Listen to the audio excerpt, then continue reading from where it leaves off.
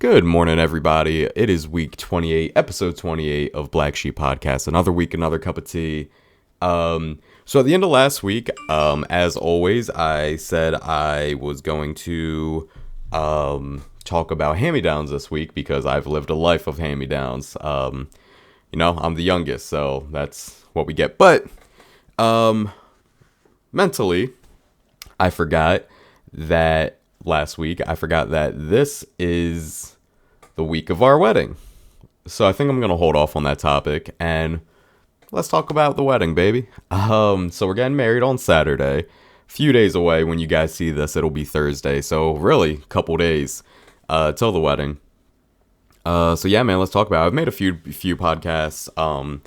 One about kind of like the financial issues, situation, endeavors that I went on while planning this wedding. And then another one was like the planning process of weddings. But let's talk about it, man. Let's talk about this journey that we were on for this last well over a year. So we got engaged back in August of 2021.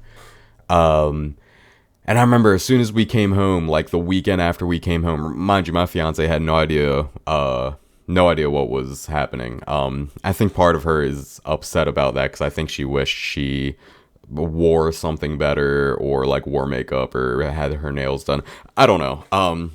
She was cool about it. She was laughing like, why didn't anybody tell me to wear something better? Something like that. But yeah, man, it was cool. If people haven't seen the video, we were on a boat, going from, I think, I don't even know, Delaware to New Jersey. I don't know. We were on a boat. It was raining out. It was cool. There were like dolphins swimming next to us. But yeah, man. So proposed last summer, and God, the weekend we got home, we started planning. We looked at venues online. We went to look at a venue, and we loved the venue. It was decently priced. So we picked it ASAP, and she wanted to get married in fall, and obviously we weren't gonna get married or get engaged in the summer and then get married in fall. I didn't have the money or the time or planning to do that. So we looked at 2022 dates. My sister was like, hey, stay away from the Jewish holidays. For those who are Jewish or not even Jewish, you may or may not know the high holidays, the very important Jewish holidays, are in September, at the end of September, and kind of in the beginning of October, depending on how it falls on the year. Dude, I don't fucking know. I don't pay attention to it, but so I avoided that. We looked at when the high holidays would be. We avoided that. So really it was October dates. October is very popular with weddings and shit, so it was hard to find venues, but we're looking at dates in October, and I saw the 8th fell on a Saturday, and I'm like, oh, the 8th, 8, like Lamar Jackson, let's do it. Kind of in a joking way, but kind of not, because we're getting married on the 8th. God, man, I remember, this was before we even looked at venues. I remember really the only upsetting part throughout this whole engagement, the only upsetting part, and we talked about this, I think, in both podcasts where I spoke about the wedding. The only upsetting part was really a couple days after we got home from our trip and our engagement. I called somebody, not even asking for them to pay for the wedding. I asked if they would like to help with the wedding, whether it was help pay or help me find venues, vendors, just help. And automatically financially, it was, oh, I don't have the money to help, which is bizarre because everybody who knows me and everybody who knows the situation, were just shocked that this person said they didn't have the money to help, because it's the same person that just mindlessly spends hundreds of thousands of dollars on dumbass shit. And for those who don't know, feel free to message me. I have no problem telling y'all, but that was the most upsetting thing. Because again, Black Sheep, if it was anybody else, shit would be taken care of. But because it's me, it's like, hey, yeah, no, I'm not doing that for you. It is what it is. And then really, it wasn't even all about finances, man. I tried to still include this person, and all I would get when I would send them vendors or venues, I would get maybe a thumbs up or just not even a response, or, oh, we'll look at reviews. It's like, motherfucker, I can look at reviews. I can go on Google and look at reviews. You don't got to have a special talent to do that.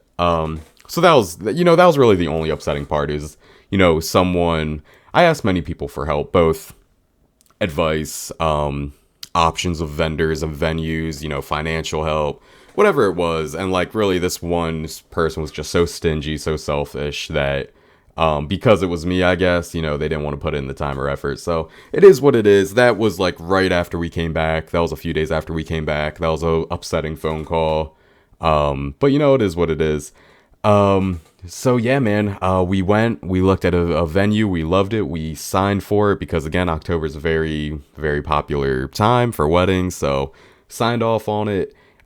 We found our, caterer, our DJ, we found a photographer and unfortunately that fell through.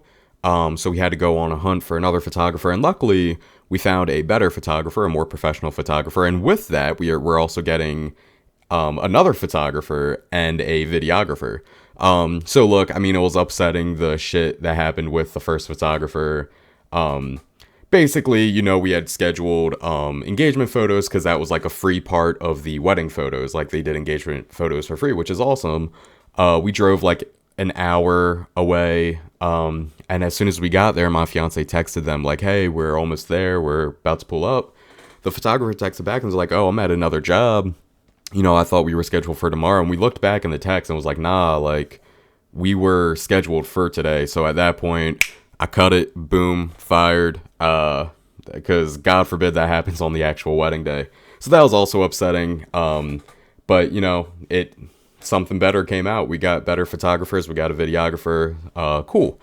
Rocking a photo booth that I used to work for. Super cool photo booth company. Really, man, it's just been cool. It's been cool. I got all this shit done super early. I had people in my ear, had people saying, don't have a large wedding. Don't have a wedding, just elope. Just do a little something with your friends or with your family. It's just crazy how even after I was not asking for anything from anybody, people were still in my ear like, oh, do this, do this, do this. Don't do this, don't do this. I mean, it's crazy. And with that, I kept hearing like, just have something small, do something small. And as we've gotten closer, and then invites went out and we kept it somewhat small. There's plenty of people we didn't invite because we couldn't afford it, but we would have loved to invite them. So it's somewhat small, but then I got those same people in my ear saying, why didn't you invite this person? Why didn't you invite this person? Well, few reasons. One, I kept being told, keep it small, just do a little something. I had no financial help. It's pricey per person. So, I mean, it's just crazy that one day you tell me to keep it small, the other day you're asking me why I didn't invite certain people. And to those people that weren't invited and felt like they should have been invited, whether you're family or friends. Well, again, I didn't have financial help, man. It was nothing personal, nothing against y'all. I didn't have financial help. And to this day, I think everybody's shocked that I didn't have financial help because they know my surroundings. They know who's in my life. I'm just as shocked as you are, guys. But look, it's cool. I got it done. I think a lot of people didn't think I could do it. I think a lot of people didn't think we could do it. We couldn't put this all together. And hey, I did. We did. It is a few days away. And the funniest part is that I got everything done early. I think I was getting to this and then I got somewhere else. I got everything done and we got everything done pretty fucking quick. We had everybody picked out. Deposits were in pretty early and everybody was like, oh, like you're planning too early. No, I'm clearly not, because even though I was planning over a year in advance, there were venues that were already booked for our date. So clearly it wasn't planning too early. And I mean, look, there were people who had to postpone their weddings during COVID. And then there were also newly engaged people that had to plan weddings. There were a lot of weddings being planned, especially for the fall. So got the shit done early, and then we kind of just cruised, man. Kind of just cruised, and it was just in the back of our minds, like, oh yeah, it's a year away, it's 10 months away, 6 months away. And now, man, it's real. It's creeping up. It is about to be here.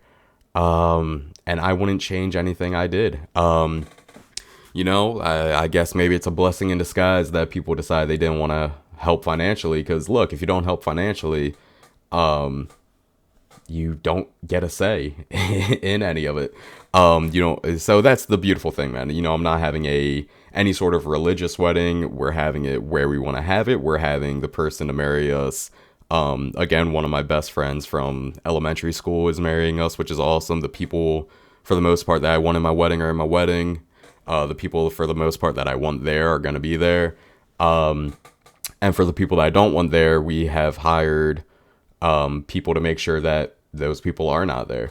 So man, it's just crazy. I appreciate all the support we've gotten from so many people. I appreciate all the help we've gotten from so many people, both family and friends, whether it was, a little something financially here, a little something help wise here, advice, helping us reach out to different vendors and venues and put everything together. I mean, it came, for the most part, a lot of that help came from people that don't have it like that, but they would do anything for us, and they show it. So yeah, man, weddings in a couple days. To those who are engaged planning weddings, I always hear like, oh, it's such a stressful time. I mean, really, for the most part, it wasn't, man. It was a few upsetting phone calls. It was a few, kind of hypocrisy. I don't know if that's a word, but a lot of hypocrites, saying, oh, don't get married, don't have a big wedding, but they supported big weddings for like other siblings and cousins of mine. So it's a shame we didn't get the same support, as other people. But again, black sheep, baby. So you know what? Do you have your wedding? If you gotta pay for it on your own, it is what it is. I don't necessarily agree with the whole old school, like, oh, the woman's family pays. I think that's fucking stupid because, one, it's 2022. Like, it's shut the fuck up. But also, I mean, if the guy engages, if the guy proposes to the woman, shouldn't the guy and his family pay for it? You know what I mean? Like, if the guy is proposing and she says yes, why should her and her family be the ones to pay for everything? Like, you were the one who literally initiated the marriage. So I think that whole thing's fucking stupid. But anyway, man, do your thing. If you have financial help, great. If you have financial help and people don't hold that money over your heads, like they genuinely just give you the help and they let you do your thing with it, fantastic. That is like spot on, best case scenario. But yeah, man, I mean, we're doing our thing. We are happy. And moral of the story, and I kind of hit on this. I think a big part of this whole planning process was the people that didn't help us, the people that showed us no support. I think they truly didn't think we could get it done. I think they thought maybe we would come running, begging a little more for help, and we didn't. Once I was told no, once I was told they didn't have the money to help or didn't want to help, and I was being ignored, just asking for suggestions of places or vendors. I think a lot of people throughout this process just thought we couldn't get it done. And look where we are. It's done. I did it. We did it. So, suck on that. So yeah. Oh man, that's today's podcast. I'm super excited. I am very happy with where we are in life. And we can talk about it more next week. We'll hold off on the hand-me-down topic till after the wedding. So yeah, wedding's a couple days away. I'll let you all know how it goes next week. So until then, stay beautiful. Don't be a dick. As always, peace out, Girl Scout.